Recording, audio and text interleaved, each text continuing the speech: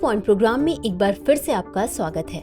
आज का विषय है, क्या है भूल जाने का अधिकार। सबसे पहले देखते हैं ये चर्चा में क्यों है। हाल ही में मुख्य न्यायाधीश DY चंद्रचूड़ की सर्वोच्च न्यायालय की पीठ ने मद्रास उच्च न्यायालय के उस आदेश पर रोक लगा दी जिसमें एक कानूनी पोर्टल को अपनी वेबसाइट से यौन उत्पीड़न के मामले में एक व्यक्ति को बरी करने वाले फैसले को हटाने के लिए कहा गया था। बता दें कि पीठ ने इस मुद्दे की जांच करने पर सहमति व्यक्त की, जो एक बरी व्यक्ति के लिए भूल जाने के अधिकार और जनता के सूचित होने के अधिकार के बीच संघर्ष को उजागर करता है। चलिए अब जानते हैं भूल जाने का अधिकार क्या है। इसे मोटे तौर पर किसी के डिजिटल पदचिह्न या इंटरनेट खोजों आदि से को हटाने के अधिकार के रूप में वर्णित किया जा सकता है, जहां यह गोपनीयता के अधिकार का उल्लंघन करता है।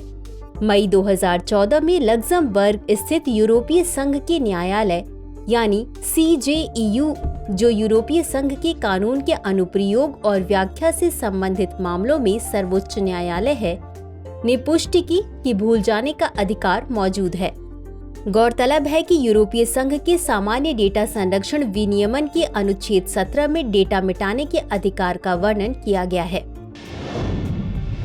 चलिए अब जानते हैं भूल जाने का अधिकार कब लागू होता है।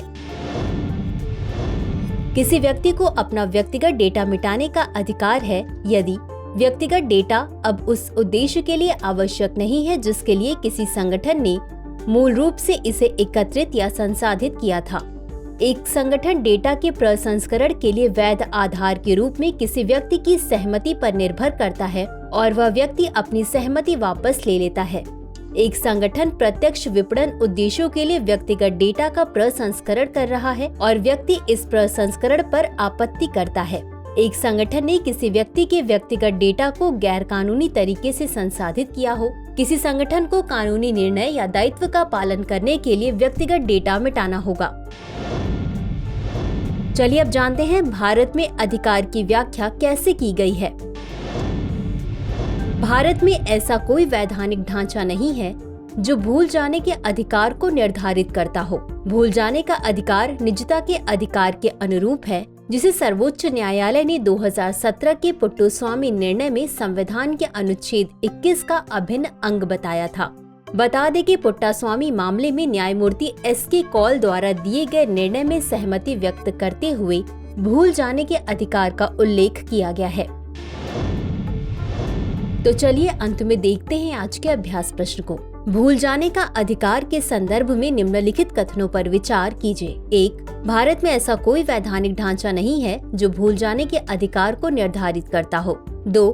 यूरोपीय संघ के सामान्य डेटा संरक्षण विनियमन के अनुच्छेद 17 में डेटा मिटाने के अधिकार का वर्णन किया गया है। उपर्युक्त में से कौन सा या कौन से कथन सही है या सही है?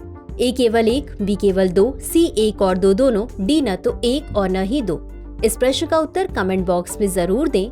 आज के लिए बस इतना ही। धन्यवाद।